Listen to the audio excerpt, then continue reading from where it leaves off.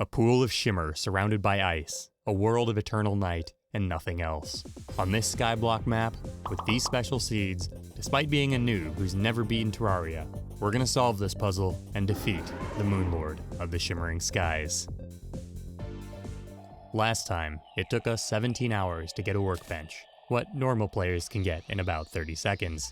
Along the way, we got dirt bombs to expand our world, enough sand to create a desert biome, and a ton of weapons and accessories that are crowding up our inventory.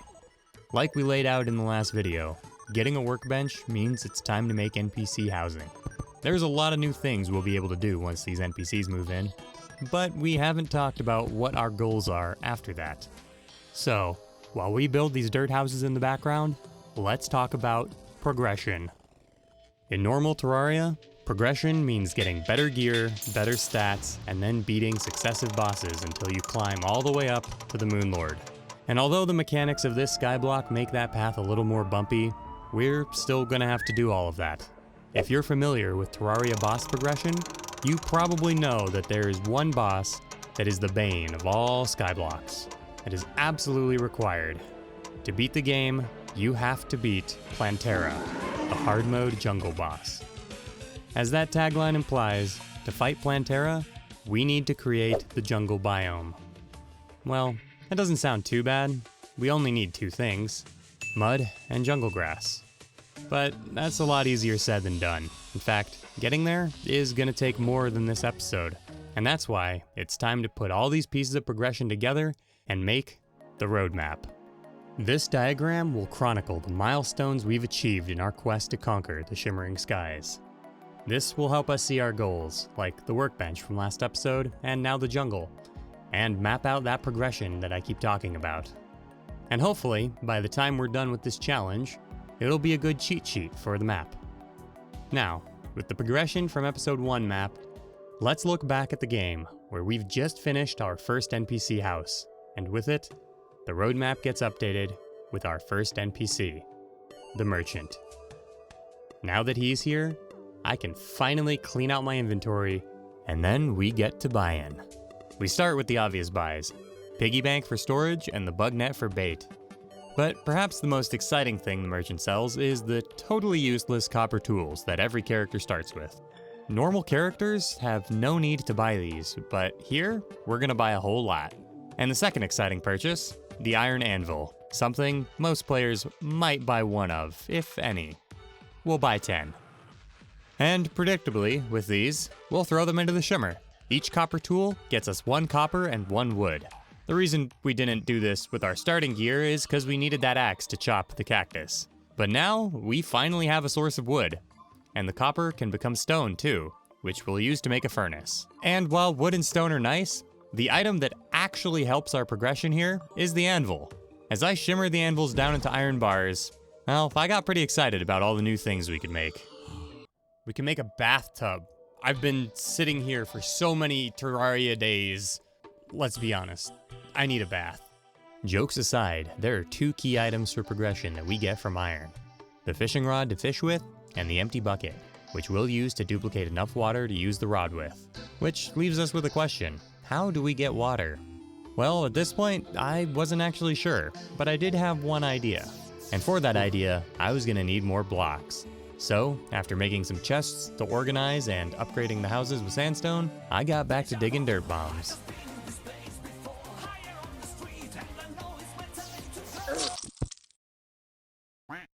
When the zoologist moved in, we were able to stop accidentally killing critters and get our first grappling hook. And then, we headed on down to hell to try this idea. Even though we're on Master, lava slimes don't drop lava in this seed. But, going far enough to one side, other hell enemies start to spawn, and we can see, with this seed, that the hellbat drops the lava we're looking for. With some receptacles in the dirt bridge for it, we're able to collect a bucket before I kinda do a big dumb. And then the game decides to rub it in right after I respawned. Regardless, 1 bucket is enough, because throwing that into the shimmer gives us a bucket of honey. So that's not as useful, but if we throw the bucket of honey in here, then that will become a water bucket. And with the water bucket on our roadmap, we now have unlimited liquid to make fishing spots with. I built some houses in the caverns so we can get worms and gem critters, and then we duplicated the water to create our first pond. The new area immediately paid dividends, as I was able to get many gems from all the critters, and I got extremely lucky and got a gold worm. Shimmering it gives us the gummy worm, which gives us a permanent +3 bonus to our fishing power. Now, I forgot to record the next step, but we made a dirt bridge to the right side of the world and put a couple blocks of sand down to fulfill the spawn requirements for the angler NPC, who moved in right here. And with that, we had everything we needed to begin the next phase of progression. Fishing is life. Fishing is a vital part of Terraria Skyblocks, because we can get various kinds of loot crates from it, which can get us all sorts of useful items. But what we're most interested in is the rarest crate, the golden crate. At a 1 in 8 drop chance from golden crates, we can get the most important item to progression, the life crystal. Holy shit, I'm the luckiest motherfucker. There we go. We got our life crystal. We got our first life crystal. That easy. And there it is. Increasing our max HP gives us a lot more than just survivability. But we're also going to want as much of that as we can get. We'll need a lot of crates, a lot of luck, and a lot more fishing power. And that's where the angler comes in. Despite Bart being a little shit, the daily quests he offers are vitally important to getting more golden crates. From his quests, we can get useful things like fishing potions for temporary boosts, but also many equipment upgrades that vastly increase our fishing power, which increases our chances of getting golden crates. The downside? Only one quest a day, and the fish are biome specific. Right now, I have no way to get a snow biome, so I have to wait a whole day for the next quest. Well, at least I got another golden crate while I was waiting. The next day arrived, and with it, a new construction project. Today's fishing quest asked us to fish in the desert. So, it's finally time to use all that sand we collected last episode to make our first new biome. Then, with our new oasis pond, we get the quest fish, and with a few hours before the day reset, we turn in the quest and get crate potions. Obviously gonna be useful later for our golden crate hunt. But now, with a chance to breathe, I went over my fishing haul, including that golden crate we got earlier. Between the gems, selling the unneeded fish, and the loot from the crates, we were getting a lot of money very quickly. Alongside those, we were getting useful potions for upcoming boss fights, tons of ores and bars, and even better bait to fish with. Master bait, let's go, we finally got the master. That's a lot of bait power. For the final one, the golden crate, what do we got? Unfortunately, no life crystal from this one. But this was our new cycle for a bit. Get quests, create a new pond where needed, and hope for good quest rewards and crates along the way. This one, I kinda screwed up because I was still getting really confused by how the remix seed had changed the biomes. This caverns pond is like 50% ocean biome and 50% surface forest biome. But despite that confusion, we were able to continue our grind for quests and crates, longing for those ever-elusive hearts. A new surface pond that's part of our renovated oasis. A new sky pond to fish for sky crates and any quests that take me up there. And finally, our first good quest item, the high test fishing line. Now, our line will never break.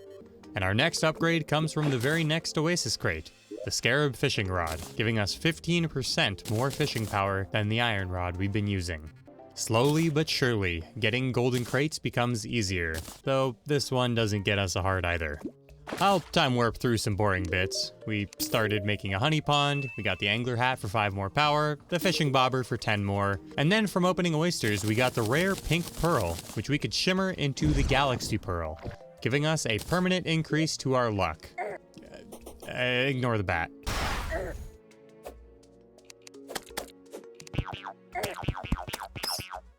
Our first sky crate gets us some shoddy wings, then our next quest gets us the tackle box, reducing how quickly we'll use up our bait. And then, the blood moon. I somehow didn't record myself opening those golden crates that were in our inventory just now, but one of them got me a heart, putting my max health at 140. Having more than 120 health means that the blood moon can spawn, and it wasted no time, spawning that very same night. The blood moon is more dangerous than a normal night, and spawned some unique enemies with unique drops that could be very useful to us. Quite early on, I got one such lucky drop, the Bloody Tear, which will let me summon a blood moon when I want to instead of waiting for it to happen naturally. But really, there's not much from these mobs that is useful for progression. So I quickly realized that the right way to spend this Crimson Night was fishing. Besides boosting our fishing power and getting us this little slime NPC, fishing during a blood moon also has the chance to spawn unique enemies, which I was woefully unprepared for.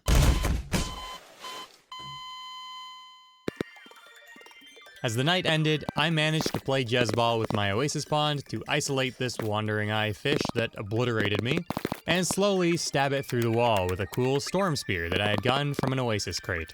Killing it got me two really cool items. Some chum buckets for more fishing power, and the vampire frog staff, our first summon weapon. Back at fishing, we immediately got another combat upgrade, the Star Fury, one of my personal favorite swords. Alas, we were still struggling with the golden crates. But a bit later, we did get lucky and managed to get the 1 in 30 enchanted sword drop alongside another heart. And then I finished the sky biome because I got the lucky horseshoe that I had been looking for. Besides negating all fall damage, the horseshoe slightly increases luck, which also helps with getting crates. But I was getting pretty tired of fishing, and I needed a break. I started killing mimics back in hell, hoping to get another magic mirror. While this did get me some nice new Hermes boots with 4 defense, it was pretty stupid and useless, as I realized we could just go back home and use some of our sand to craft the magic mirror that we had decrafted last episode. Speaking of, the response to last episode was pretty overwhelming. There were so many comments asking me to make episode 2, how could I refuse? If you're enjoying this episode, please hit the like button, subscribe, and hit the bell icon to stay ready for episode 3. And I'm curious to hear your theories for some of the next steps, so put those in the comments below. And speaking of next steps, I've been fishing to get 200 HP, a goal which I am now 2 life crystals away from. But why do we need 200 health? Well, just like the blood moon only spawns after having 140 HP, there are 2 vital events that need 200 HP to spawn. The Goblin Army, which will get us access to one of the most useful NPCs in the game, and the Eye of Cthulhu, which we'll be killing to get the jungle. Now at the time, I hadn't yet figured out how killing the eye would help us get the jungle seeds we need for that biome. The mud we mentioned at the start of this video, we actually already got. All we need for mud is to craft dirt into it while standing near water. We have infinite of both of those now. But yeah, we'll be killing the Eye of Cthulhu, and then do some other stuff that'll get us the jungle biome. But we still need those life crystals, so I'll let you think about how the eye is gonna get us there, while I hand the mic over to Past Me to explain another reason that we need 200 HP. We have 38 lenses. I don't know why they're in here. They should probably be in the junk. Lenses can be crafted into suspicious looking eyes, and we can summon the Eye of Cthulhu, and that would be great, right? Except as you see here, do not use the demonic altar. We're not supposed to make Eyes of Cthulhu or slime crowns or anything, right? So, we're not going to. Basically, the demon altar and other stuff up there is there for completionist's sake, and the map's creator would like us players not to use it until the end of the game.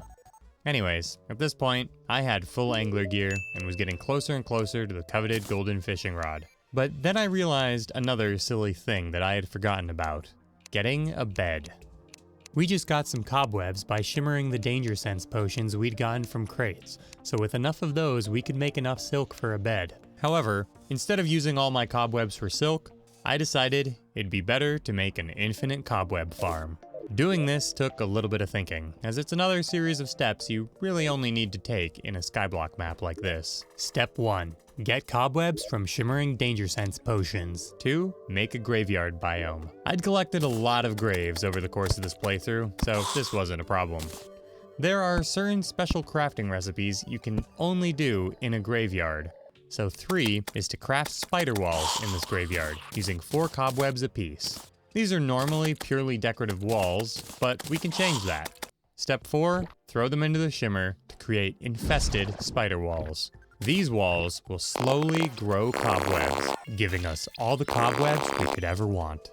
But waiting for enough cobwebs to make a bed would take a bit, so we went back to fishing. And then from so many Oasis crates, we got enough sturdy fossils to make a full set of fossil armor. A range set with some really nice bonuses that we'll probably be using for quite a while. Then for a change of pace, we got the golden bug net, which allows us to catch hellbait that we can use to fish in lava, which doesn't necessarily hold many upgrades, but since I'm fishing so much, I may as well get everything I can from each biome crate. What's more exciting, though, is our first encounter with a voodoo demon while I was trying to find more bait. I don't know what I was thinking aiming at him when he wasn't over the dirt bridge, but I did get lucky. The voodoo doll doesn't go over the edge, and this first demon dropped a masterful demon scythe, instantly our best weapon by a long shot. And immediately after that, I goofed while trying to catch the bug. My inventory was full too. Anyways, we go through and get a bunch of the obsidian crate loot, but in the time it took to do all this fishing, our cobwebs grew. We're able to make the silk, and then the cactus bed. Finally, we can make time pass faster to finish up these angler quests. But another blood moon interrupted our sleep. This time, I was smarter with my fishing setup, protecting myself from the enemies with a cheesy one-way wall made using hoiks. And this time, I made it my mission to fish up as many enemies as I could before the night ended. Yeah, it was a lot. I wasn't entirely sure how to kill them all from safety, but it turns out that throwing grenades through the wall is pretty effective. I got a good amount of chum buckets, but no other notable drops. Then, after stacking up 4 golden crates to open at once, we finally got our 4th life crystal, putting us at 180 HP. A few in-game days later, we complete 30 daily quests for the angler, getting us the golden fishing rod. Now, 33 hours into our challenge, we have nearly maxed out our fishing power potential. All that's left is one last heart. And so, with our golden rod in hand, we stack up 5 golden crates. Then 3 more. Then 7 more. What the actual fuck? How can I not get this last heart crystal? Yeah, I'm losing my mind. As you can see by my inventory, I had run out of sonar potions, so for a much needed break, I decided to get more sand to make a proper ocean to grow more coral. But then, this happened. So in this seed, King Slime has a small chance of spawning when you kill slimes, with some other conditions. You can clearly tell I wasn't ready for this fight, but I don't know if the clip accurately conveys just how panicked I actually was. But naturally, yeah, I died. So I created my ocean, got more coral for sonar potions, mowed my lawn, and then with a better arena, started looking for King Slime again to get revenge. With a brief musical lament. Just like this rain, my tears won't stop. This last life crystal will not drop. Musical number aside, we're not getting very lucky with King Slime. I'm carpet bombing slimes with my Star Fury, my frog is going crazy, we finally get our first pinky, but eventually, King Slime returns. And this time, we've got all the buffs and a big arena. He's still huge and does a lot of damage, but now that we're using the Demon Scythe, we're doing a lot of damage too. With some fancy jukes, we're able to finally defeat the first boss in Shimmering Skies. Only one problem. Where's the loot bag? So it turns out, there's an uncommon bug where a boss will not drop a loot bag. It's unfortunate, but normally we'd just have to wait until he spawns again, right? Well, no. Taking a closer look at those other conditions for spawning King Slime in this seed, we'll notice a problem. I have defeated King Slime. He will not spawn again, no matter how many slimes I kill. So, because of this bug, like we jinxed it earlier, we'll have to use the Demon Altar to make a new slime crown to redo our boss fight and get the loot. And wow, another blood moon right as we start the fight. Well, we've already seen this fight once, and the episode is getting a bit long, so we're gonna go ahead and end it with this fight. Next time, we'll finally finish getting 200 HP. We'll kill the Eye of Cthulhu, create the jungle, and then, well, you'll just have to stay tuned to find out. Thanks for watching, everyone. I'm Leo Roswell, and I'll see you in the next episode of Shimmering Skies.